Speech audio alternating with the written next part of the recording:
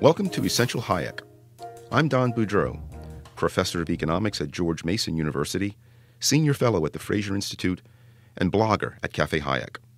This video is part of the Fraser Institute's initiative to present the key ideas of F.A. Hayek in an easily accessible format.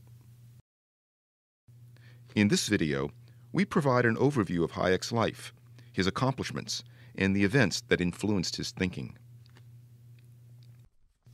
Friedrich A. Hayek was born in Vienna on May 8, 1899. As a young man, he served in the Austrian army during World War I. Hayek soon found himself assigned to the Italian front, where his experience in combat had a profound and decisive influence on his life. Following the war, Hayek returned to Vienna and completed doctoral degrees in both law and political science.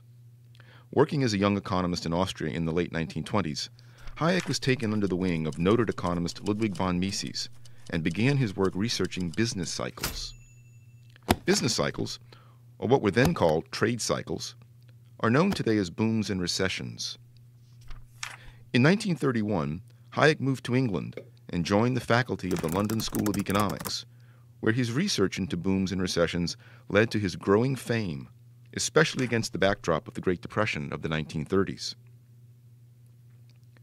During this time, Hayek crossed paths with his greatest intellectual rival, John Maynard Keynes, who promoted the idea that governments could actively and successfully manage the economy.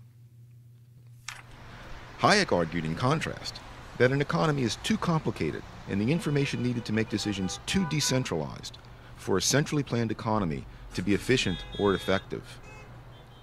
Eventually, most economists and policymakers embraced Keynes's view of the world and the role of government, which came to dominate economic thinking for the next 40 years.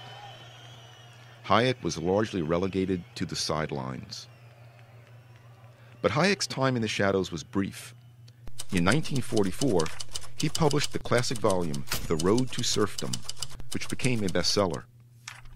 In 1950, Hayek moved to the University of Chicago, where he published his second major work, The Constitution of Liberty. Subsequent years would see the publication of two more big think books, the three-volume Law, Legislation, and Liberty, and, in 1988, The Fatal Conceit.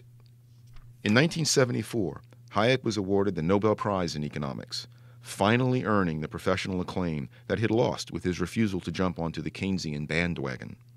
In 1991, the collapse of the Soviet Union provided further vindication for Hayek's notion that central planning by government simply does not, indeed cannot, work.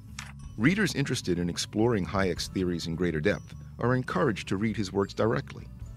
I recommend starting with The Road to Serfdom, and economics students might wish to start with Hayek's influential 1945 essay, The Use of Knowledge in Society.